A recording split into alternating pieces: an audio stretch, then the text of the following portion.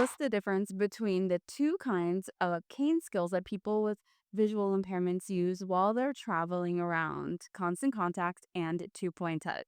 It's exactly what we're getting into today, my friends, so stick around. Welcome back to our series, How to Teach a Student with a Visual Impairment. I'm Cassie Maloney, an orientation and mobility specialist and the founder here at the Society of Exceptional Educators. There are two ways that people with visual impairments use their canes to get around. Now, if you are new here and you're like, whoa, that's crazy. I know. Mind blown already. But if you have been working with people with visual impairments for a while, you probably already know this, but I'm going to dive quite a bit deeper into it. We are going to talk about the two types of cane skills, the two types of canes, one for each skill typically. And we are going to dive into the what ifs that you probably, yeah, what if my student doesn't use it correctly? What if my student has multiple impairments? What if? Lots of what if questions. So stick with me to the very end because you will not regret it. And as always, all of this information is completely free to you here on the YouTubes. Love that for us. But if you want to go deeper, I invite you to the Society, which is our free community full of exceptional educators just like yourself who really want to hone in their skills working with their students who have visual impairments. We have a wide range of people in that community, and we have a lot of fun, and you get a lot deeper, and it's completely free. So that link is below. Constant contact is typically used with an AFB style cane, and this one is from Ambutech. There are that many companies that make canes, but this one also folds. They're a little bit heavier. This one is not graphite or fiberglass. It is made of aluminum metal. And the tip that I like the most is a marshmallow roller, named such because it rolls and it kind of looks like a marshmallow. Do not eat this, okay? That was not good for me to do. There's a cord on the inside, and let's go out into the community and I'll show you exactly how I use it. For constant contact, you want to start with your hand in midline. That's just in front of your belly. Keep your arm straight, but don't straighten it all the way. It needs to be bent a little bit. Then you're going to glide the cane tip along the ground to just outside of each shoulder. That width is called your arc. A lot of times people think that their arc has to be super wide, but that's not the case. You are not out on those sides. Also, sometimes people think that their arc needs to be just in front of their feet. That is not wide enough. Just outside of each shoulder is the proper width for your arc.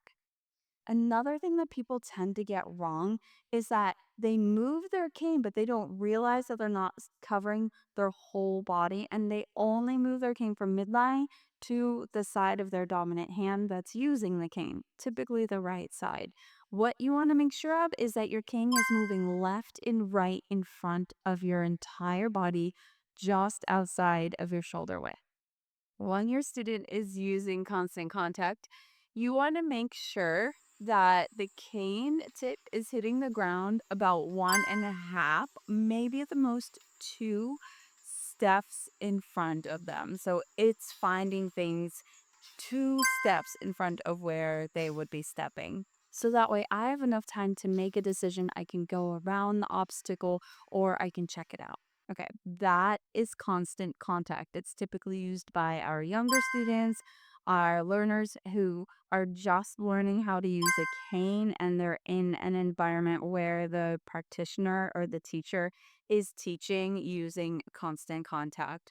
Older individuals often don't use constant contact, and I will be very honest with you, I love two-point touch for all ages. I do. But constant contact is typically the norm because it gathers a variety of information.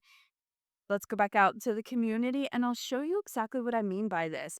When I'm using two-point touch, it doesn't give me that much information. So I need to have a good understanding of where I am in space and be able to collect tiny bits of information to use appropriately. Here at this ramped curb cut, I wasn't really able to tell where I was or where the edge of the street was just because I didn't have that extra information.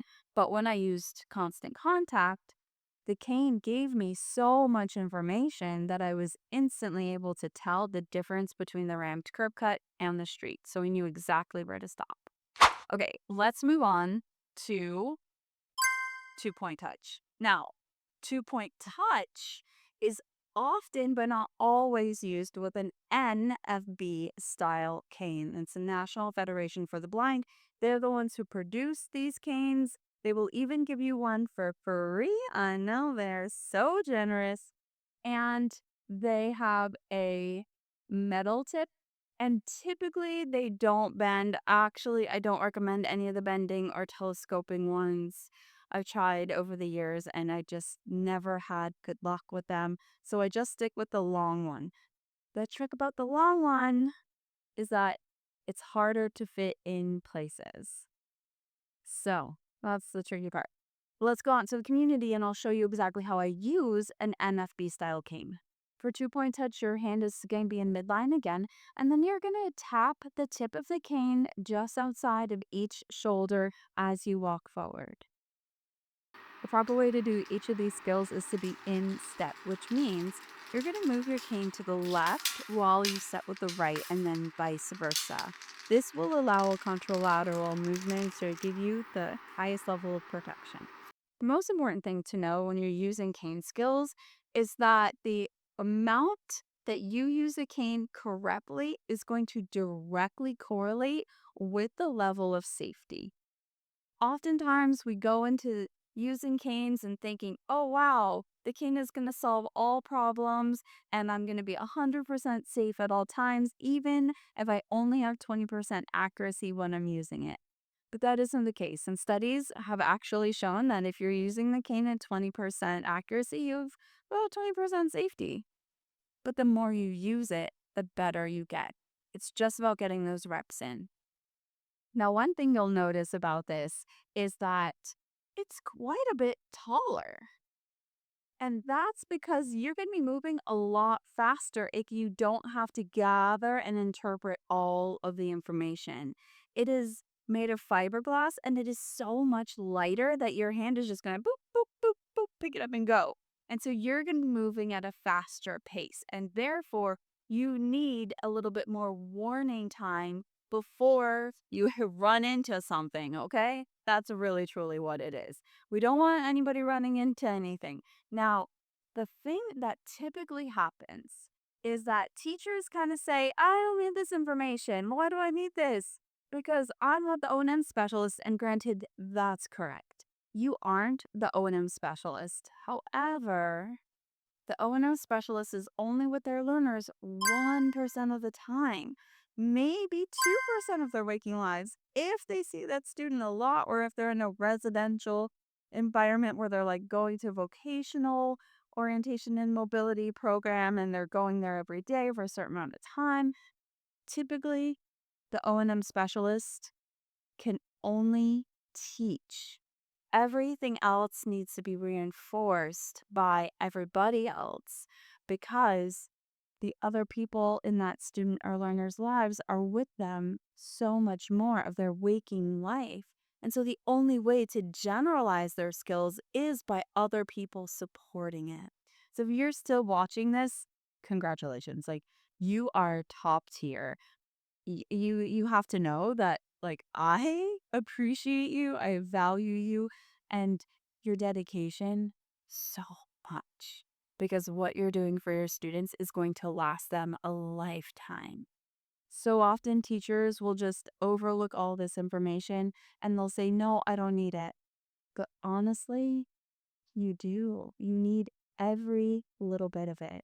And if you're a teacher who's working with students with visual impairments, before we even get into the rest of the program, I want to stop real quick and invite you to a masterclass that we are having. And I'm going to give you the 4 steps that you need to help your students succeed in your class so you can adapt any lesson that you're already teaching the rest of your class and include your student who has a visual impairment in that lesson without you having to spend hours of time planning and researching and making materials.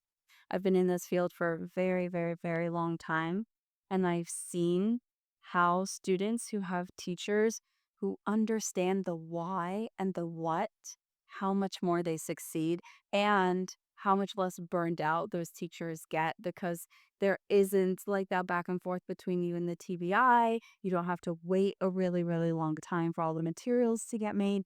You can just adapt your lessons on the fly. That information, we'll put a card here, and I want you to take a look at that video and come join us. Now, if that's not you, that's totally okay. We're going to keep going with this video. So, a lot of times I get asked about students with multiple impairments, and I have to say that these skills are still going to be important, but those students might have a different type of cane. There are a variety of different types of canes. The ones that I just showed you are not the only end all be all. There are adaptive mobility devices. There's also another cane called a safe Toddles cane that attaches as like a belt for students who can't hold on to things. If you have a student who has multiple impairments, they may or may not be using a long white cane, and that is okay. If they are using an adapted mobility device, they might just push it in front of them. If they are using something else, then you're going to work with your orientation and mobility specialist and the PT to figure out how they will use that one. Now, for most of us, the main difference between the NFB style cane and 2-point touch and the AFB style cane and constant contact is simply going to be a matter of skill level, preference by the learner, and their environmental and their adults' preferences. If it's a young student, their adults might prefer them to have a folding cane that they can put in their backpack because they're traveling different places. If they're an adult, they often tend to use a longer cane just because they don't have to be in 8 different classes all of the times and traveling in between different environments up and down the stairs with crowded lots of students. It just depends. And so what you can do as a teacher working with your students with visual impairments is talk to the O&M specialist. Your orientation and mobility specialist is going to be the one to help guide this conversation. And you also have a say. And now you know a little bit more about it as well. So I hope that you enjoy and I hope that you can use this information to take a step forward.